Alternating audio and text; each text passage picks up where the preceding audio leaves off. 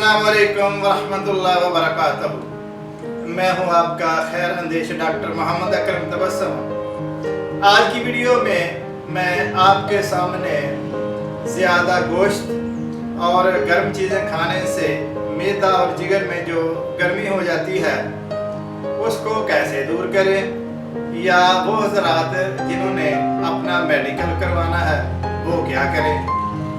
मैदा और जिगर की गर्मी को दूर करने के तरीके बयान करूंगा मैं। नंबर 1, जौ का दलिया।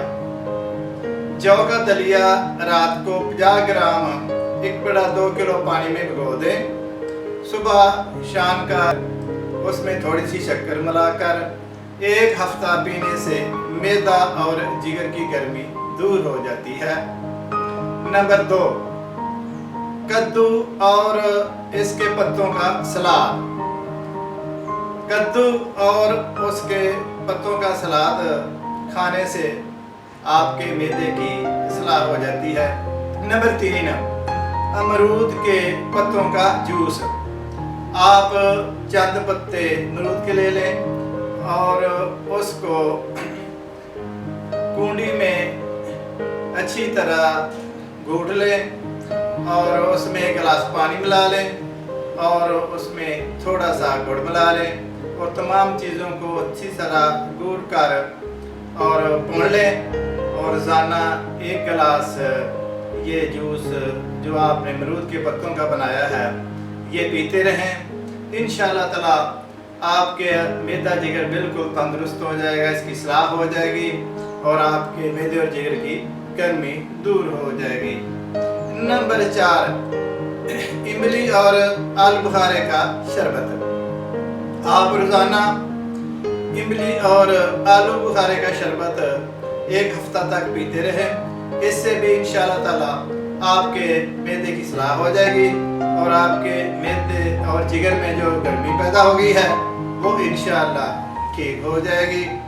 नंबर 5, आप रोज़ाना लस्सी में दही की लस्सी, ताज़ा चाटी की लस्सी, उसमें चंद दाने सफ़ेद ज़ीरा के डालकर रोज़ाना 1 हफ्ता तक आप इस्तेमाल करते रहें। इंशाअल्लाह ताला उससे भी आपके मैदे और जिगर की गर्मी दूर हो जाएगी।